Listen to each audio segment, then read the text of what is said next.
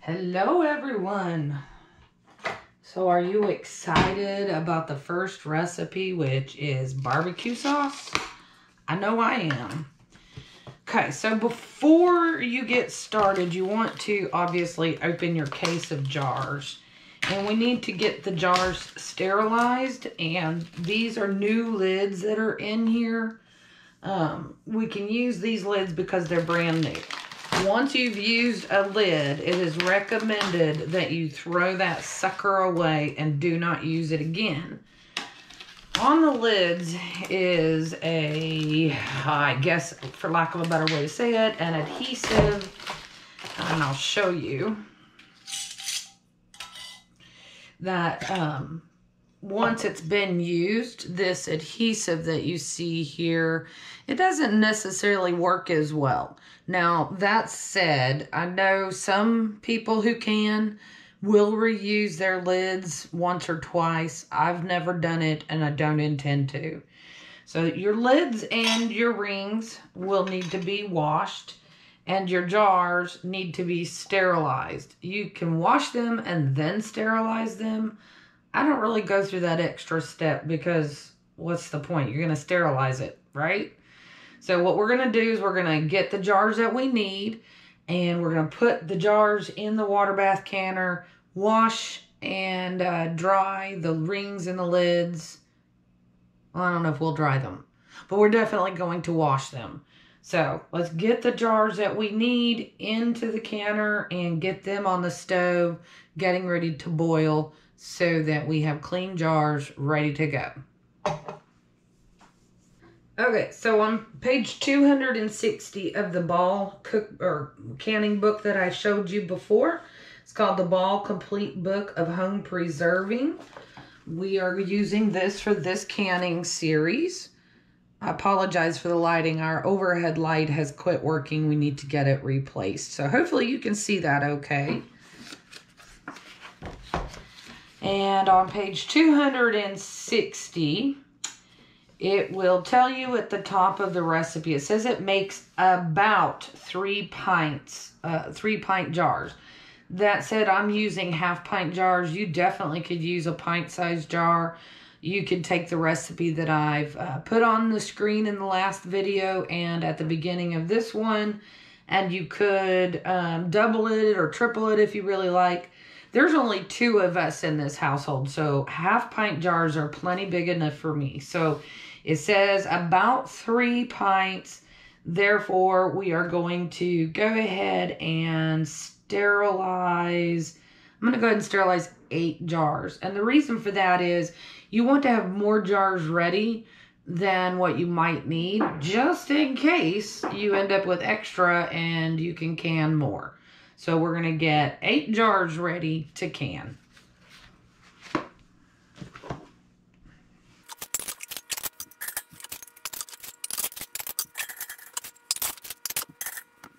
Okay, so I have my jars in the pot, ready to get them on the stove and boiling to get them nice and sterilized and ready for the barbecue sauce.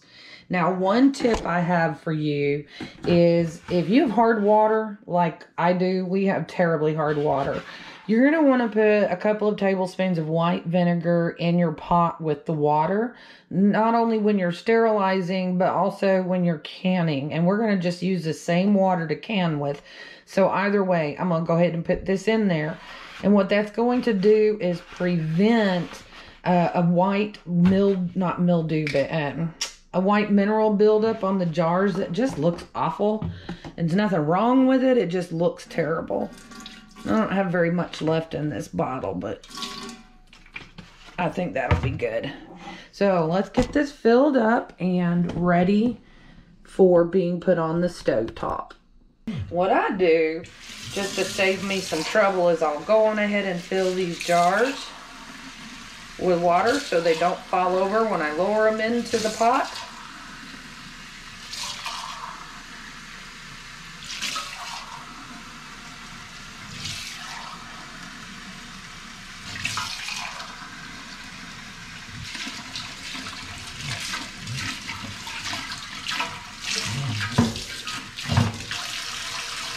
I'm going to go ahead and lower my jars so that I can see how much water I'm putting in here. So hopefully I can go ahead and have enough to do the canning process when that time comes. And you want about 1 inch or 2 of water above the lids. And as you can see where I'm sticking my finger in this very, very hot water, that's not quite enough. So we're going to go a little further.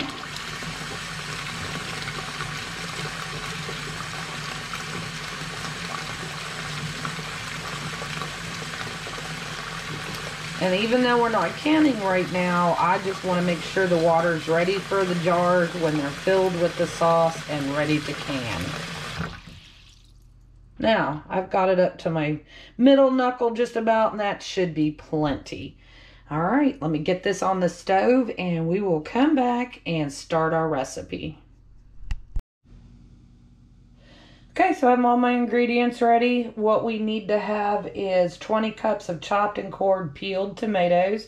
I've got a bunch left from the garden, so I'm going to go ahead and use these. I don't see any reason why you could not use canned tomatoes from the store. So if you don't have tomatoes, use that. That's why I provided the 1 cup equals 8 ounces on the recipe. So you could buy some tomatoes that are whole and already cored and peeled. You also need 2 cups of finely chopped onions, 3 cloves of garlic finely chopped, 1 tablespoon of hot pepper flakes, 1 tablespoon of celery seeds, 1.5 cups of lightly packed brown sugar. Now I've got dark brown sugar right here because I feel like that's going to have a deeper flavor for barbecue sauce. But you could totally get away with light brown sugar. I'm absolutely certain of that. You also need 1 cup of white vinegar, 1/3 cup of lemon juice, 2 tablespoons of salt, 1.5 tablespoons of ground mace, 1 tablespoon of dry mustard, 1 teaspoon of ground ginger, and 1 teaspoon of ground cinnamon. So I have everything sitting here ready for that. I also have my water boiling to get started on peeling my tomatoes, which I'm not going to bore you guys with. If you need to know how to do that, just let me know. We also have our jars in our canner, getting ready to be sterilized. Won't take them long to get that way. And we'll be ready to start processing all of our ingredients shortly. And I will bring you back when that comes time. Okay, I've got my tomatoes in the pot, and what we need here is 2 cups of finely chopped onions. So let's chop us some onions. I don't think it's really gonna matter because we need to kind of puree it in the end anyway. So, you know, we'll get it chopped as good as we can, but all the chunks will get gone soon enough. So let's get 2 cups of onions chopped up, and then we'll work on some garlic.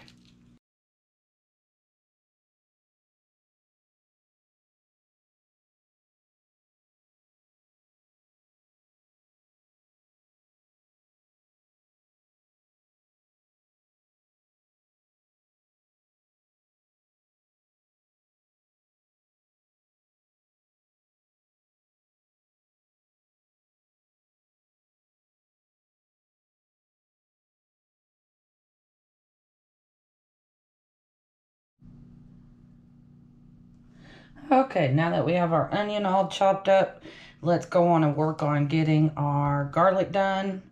Smash these little suckers a little bit so we can peel them easier. There, that's better.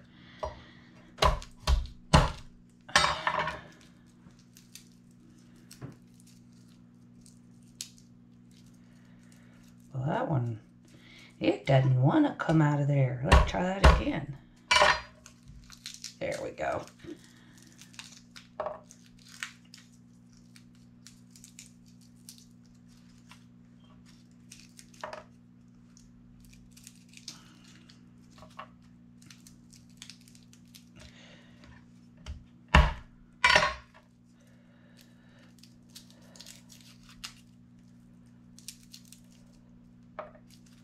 Looky there, that was a twofer. There's a little bitty one in there. So we'll use it too. Why not? That's if we can get it out of there.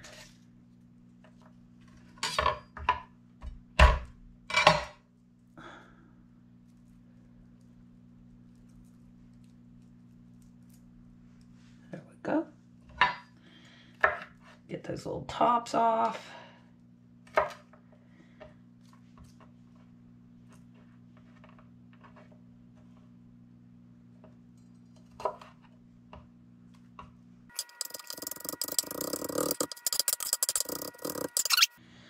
Okay, so our next step after getting these two things done is we need to put our tomatoes, onions, garlic, hot pepper flakes, and celery seeds into a large stainless steel saucepan. We're going to bring it to a boil over high heat, and we need to stir that constantly while it's getting there.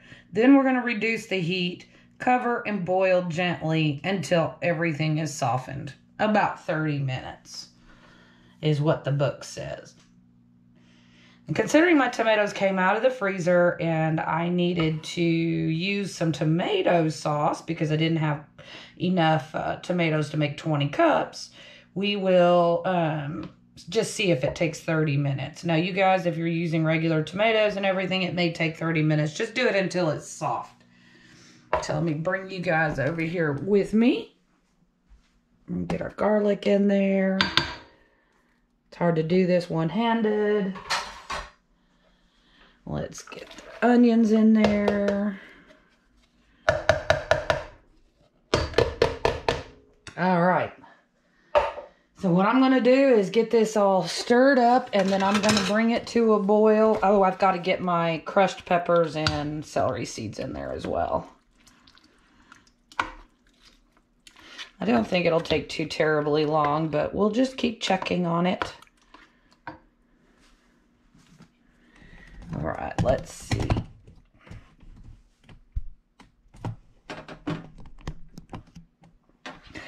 All right, let's see. We need 1 tablespoon of the hot pepper flakes. Now, yes, I could use our habanero flakes that I make, but I don't believe I would like to have it quite that spicy. I do want to eat this also, not just Kyle. So we're going to go ahead and just use some red pepper flakes. There's a tablespoon of that.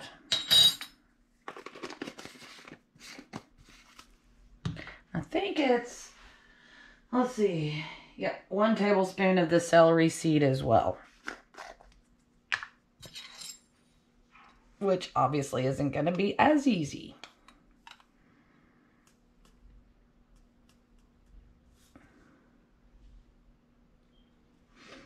Yep. All right, there we go.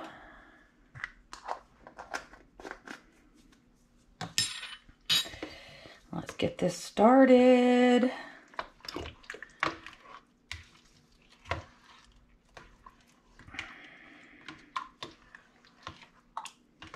Already smells really nice.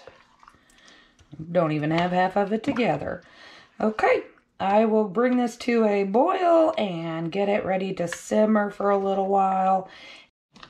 Okay, so we've been simmering for probably about 20, maybe 15, 20 minutes. Now, the book does say to go ahead and press this through a sieve or lightly puree it and discard any seeds and then put it back in your stainless steel pot. I'm going to skip a couple of those steps simply because I am going to use an immersion blender, and that should take care of most all of the seeds and garlic and onions and all of that. I don't really need to take all the garlic and onion pieces out of here. I don't know why I would, so I'm going to do this and see how it goes. You guys go ahead and do as the book says if you'd like, and press it through a sieve. If you have an immersion blender, give it a try like me, or take a look at what happens when I do it and then decide for yourself. But for now, I'm just going to give this a good whirl and see if we can't go ahead and get it mixed up without burning the cord. Excuse me for a second. There we go. All right, so let's see how this goes.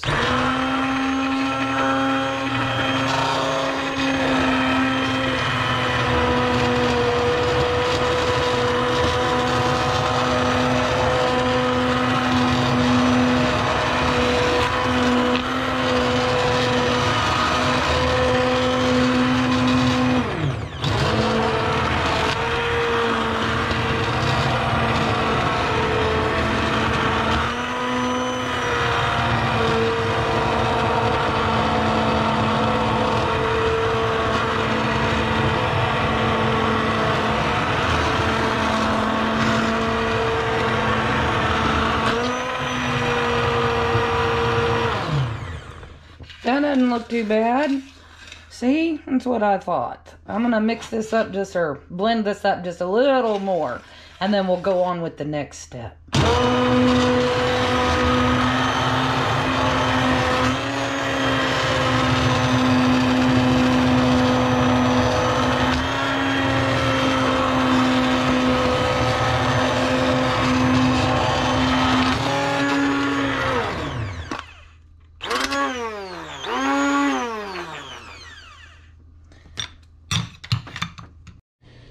This is how we're coming along.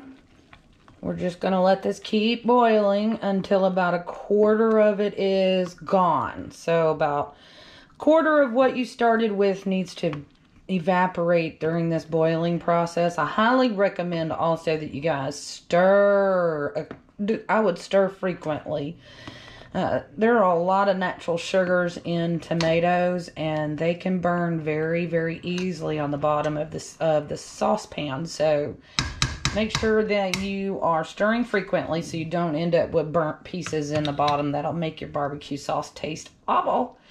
So we're going to keep letting this reduce a little bit. It doesn't have a lot further to go, so I'm going to go ahead and bring you on over to the cutting board.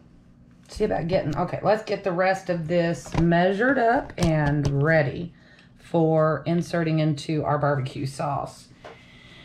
So while we're waiting for the rest of that to reduce by a quarter, what we want to do is get ready to add the brown sugar, the vinegar, the lemon juice, salt, mace, mustard, ginger, and cinnamon.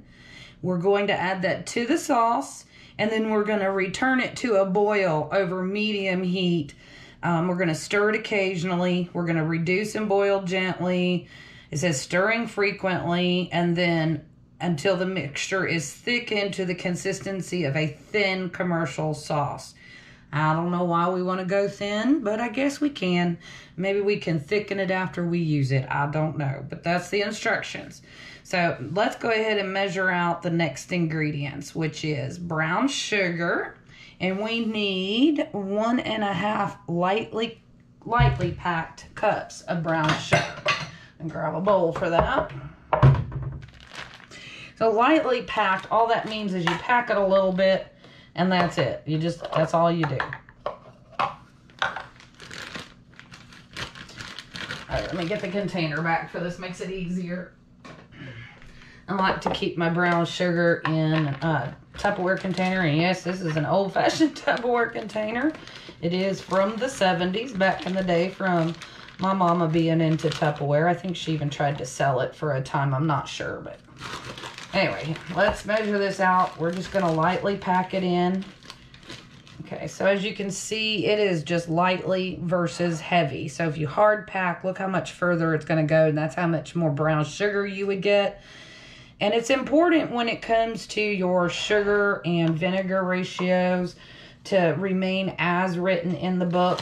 Other things you can change. The spices, like for example, maybe you don't want to have kind of a spicy barbecue sauce.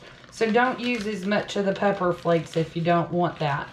Otherwise, you have to stick to your vinegar and your sugar ratios and things like that, because that plays a part in being able to keep the bad bacteria out of your cans or your jars.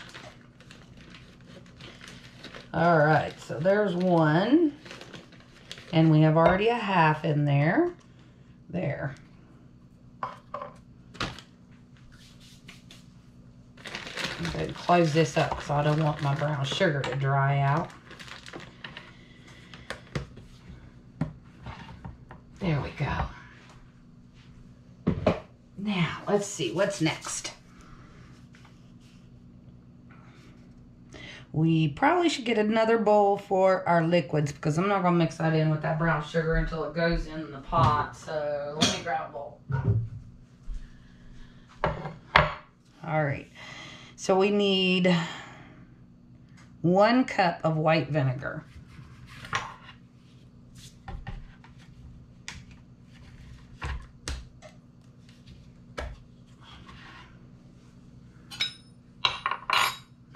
I'll just use this one.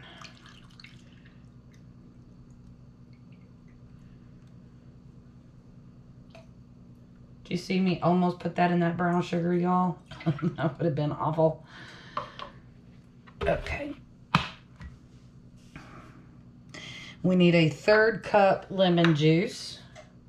I'm just using some store-bought bottled lemon juice. I like this one.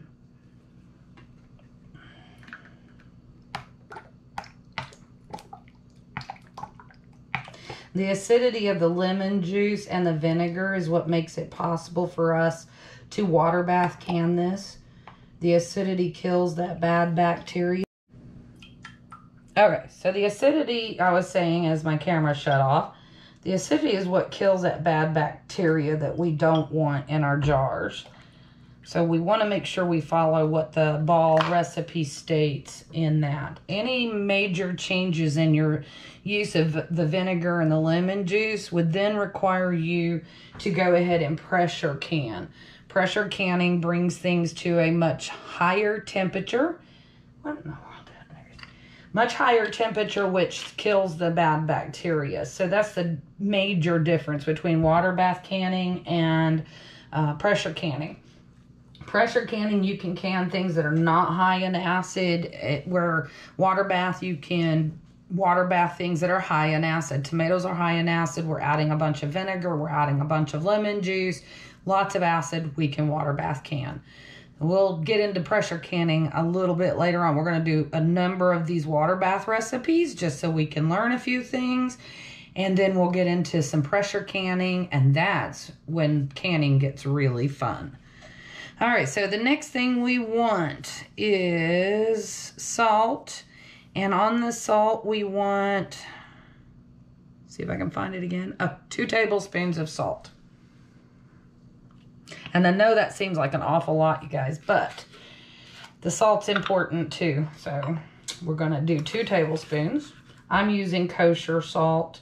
You can use your favorite salt.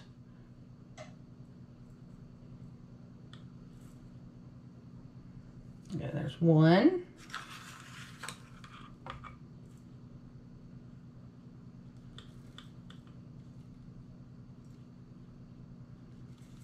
And 2.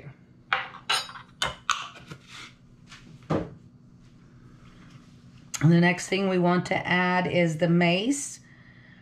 Let's see, we want 1.5 tablespoons of mace. Here is the ground mace. So if you haven't used that before, that's what that looks like.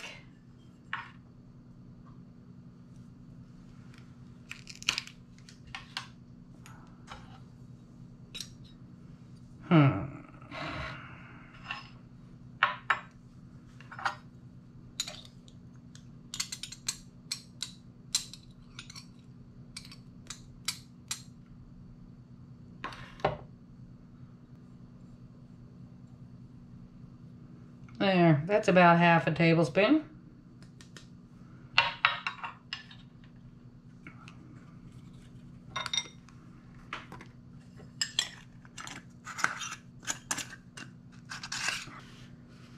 All right, next we want our ground mustard or dry mustard, which is also a tablespoon.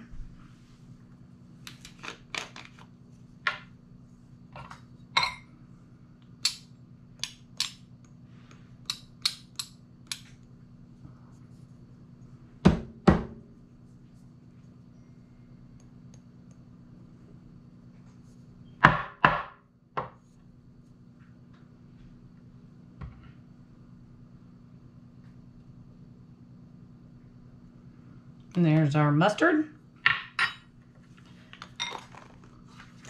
The next thing we want to add is our ginger and cinnamon, and they are both 1 teaspoon.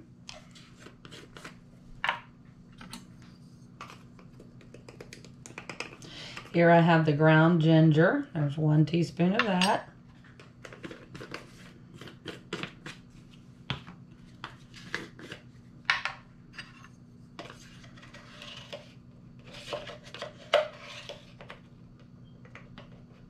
And 1 teaspoon of the cinnamon.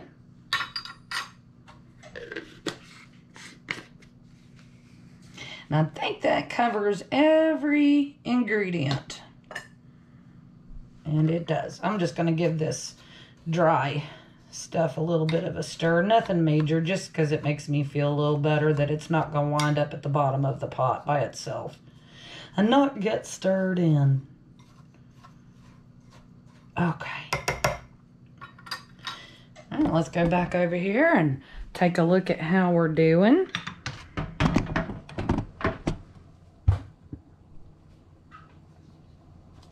That's looking just right.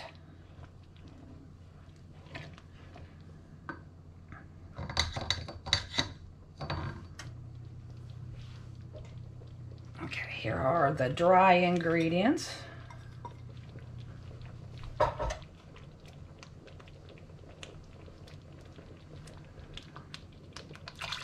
My stove actually cooks really hot.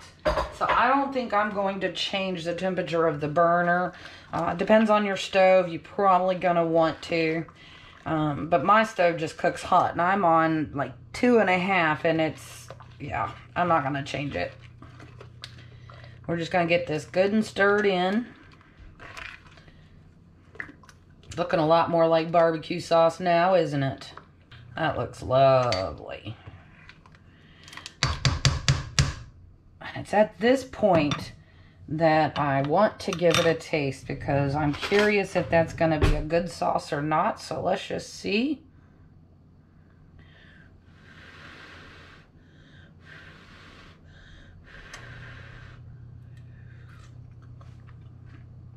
Oh, that's so good. Yeah, that's pretty good. I know how I could change it, though. I'll already be doing that when I open a jar. Okay, so we're going to just let this come back to a boil. While I do that, I'm going to go ahead and turn my other burner on and bring my canning water back up to a boil temperature. And we're going to be canning here shortly.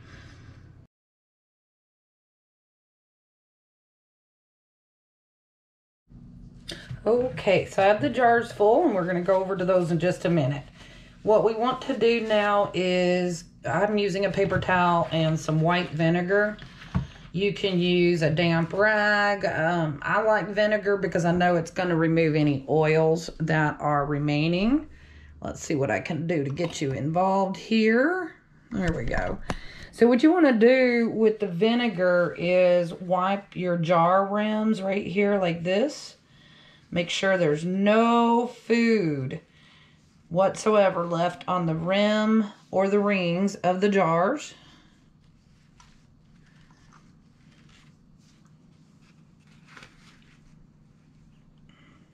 And I did get 8 of these jars. And that's probably just because I ended up having to subsidize with some tomato sauce since I didn't have quite enough tomatoes for 20 cups.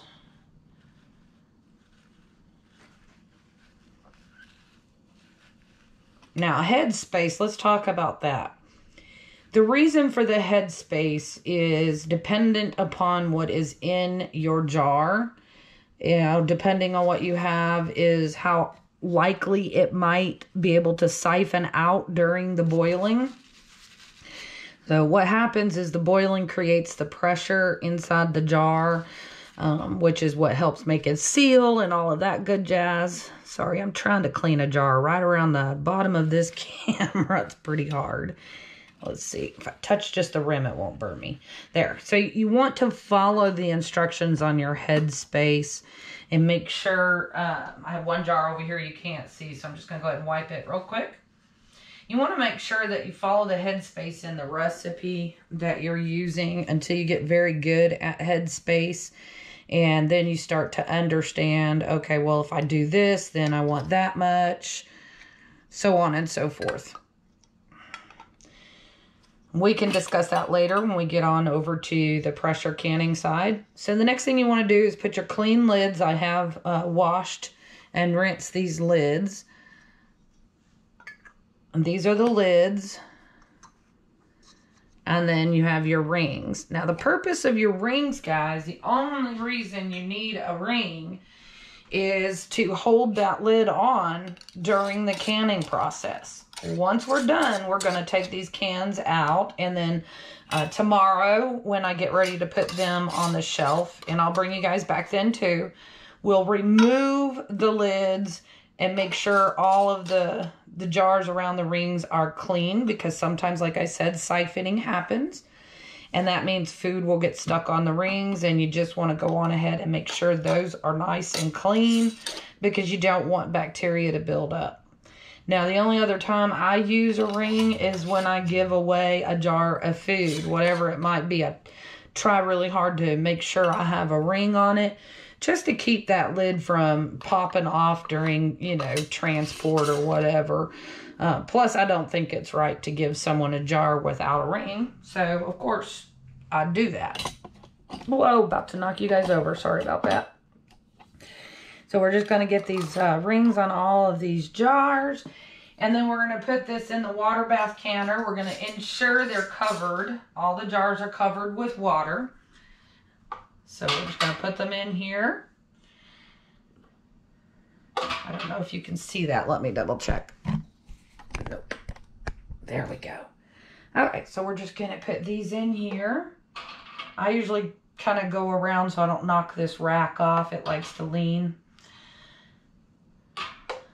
And what we're going to do is we're going to put them down, and then we'll turn the burner back on high so it'll go back to boiling. And then once it reaches a boil, and not before then, that's very important. Once it reaches the boil, then your time starts, and we're going to boil these for 20 minutes. Now we're going to lower this down in. I've got one jar. Oops, it sat back up right. Now I've got another one that's wanting to stay over. So we're just going to use this. There we go.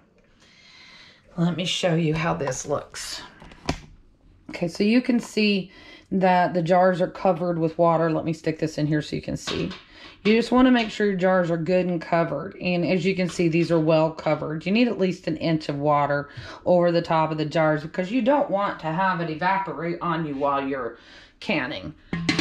So put the lid back on, and then put this on high, and it'll come to a boil. And 20 minutes later, I will be back and tell you what to do next. Okay, our timer is going off. We're going to turn this burner off. We're going to remove this pot from the heat, and we're going to remove the lid, and we're going to wait 5 more minutes.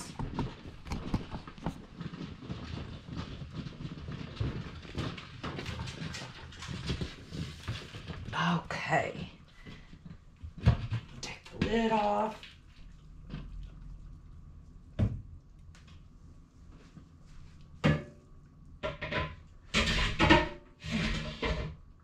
And we're going to set a timer so we don't get overzealous. Hit 5 minutes, start. And I'll be back. Okay, our timer is going off again. If I can hit the button, huh? Okay, and it's time to take our jars out of the water. And this is where your jar grabber really comes in handy.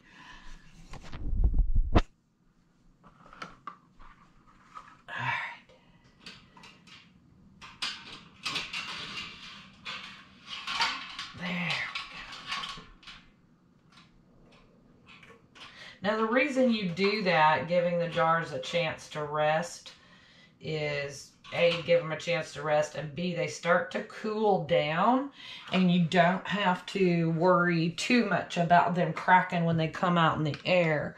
Now, when it is cooler in the winter, or you already hear it popping, or maybe it's cooler in the house in the summer, you just need to be careful it's not entering freezing cold air. I've already heard 2 of them.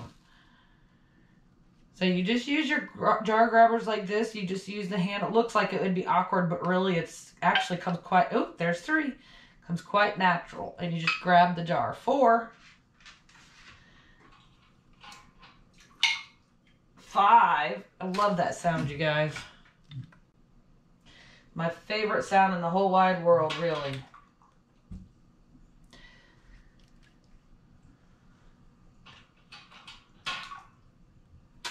And you just put them on a towel. Definitely need to use a towel. I think I did forget to say that to you guys, but you definitely want to put a towel on your counter. And it's not because the jars are necessarily going to burn your counter or anything like that. It's to keep the cool surface from coming into contact with the hot glass. Glass shatters when the two different temperatures come together, and you really obviously don't want that to happen. You just went to all the work to make your barbecue sauce and get it canned up, and you go and touch a cold surface and it could just absolutely explode.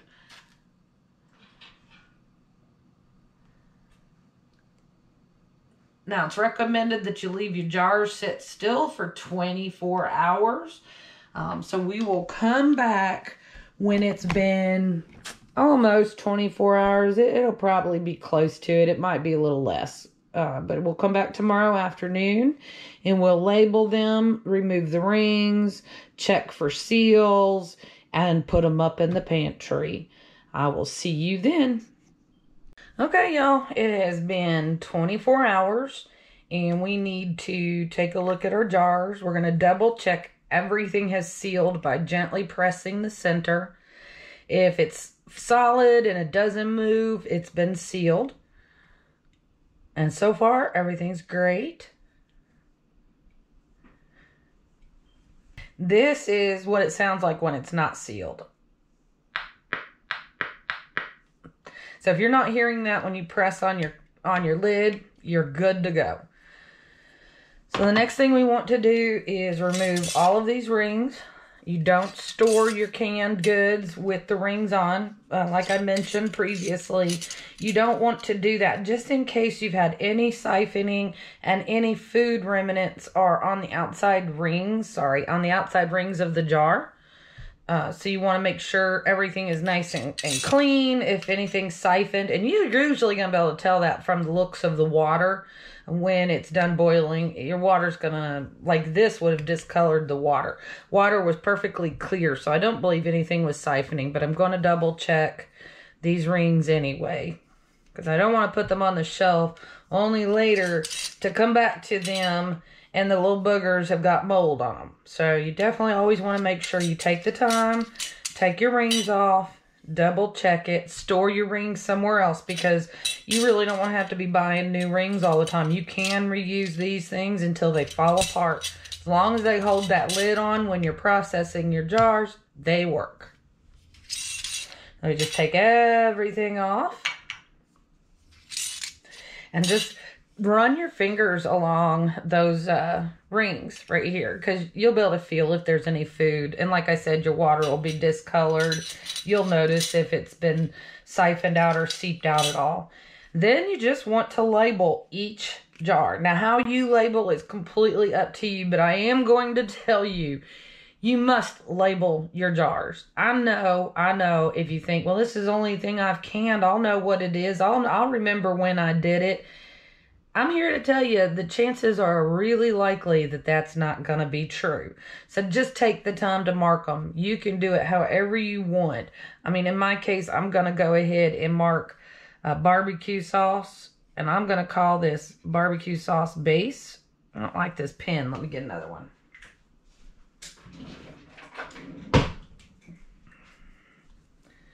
All right. I'm just going to call it barbecue sauce. I always have to have a jar to rest my arm on. Makes it easier. And I'm going to call it barbecue sauce base because I wasn't exactly thrilled with this recipe. It's not bad, don't get me wrong. I mean, it's not a bad recipe, but I don't think I really cared too terribly much. Hold on, I gotta see what the date is. Okay. I didn't care too terribly much for the mace. I think I probably would have liked it a lot better if half as much was used. So if you haven't made the recipe, you just watch the video and you then want to go through it and make the recipe, Try using half of the mace that the recipe calls for. I found it too strong in this recipe for my liking. Might be okay for others, but for me, it just wasn't what I liked. So I will be doctoring. I had some sauce left that I did not jar because I wanted to see if I couldn't adjust that recipe to a point that it's really tasty. You're also going to find that the consistency of this particular sauce, it's more the consistency of like a pasta sauce or a pizza sauce, thicker than a tomato sauce, but it's not that smooth, thick texture that you get from a store-bought barbecue sauce. And that's going to likely be because we're not using or did not use high fructose corn syrup or corn syrup at all in this recipe. I don't think that's a very healthy thing to eat, so I appreciate that the recipe didn't have that. However, I'm not positive how I'm going to like this when it's used to be used in cooking.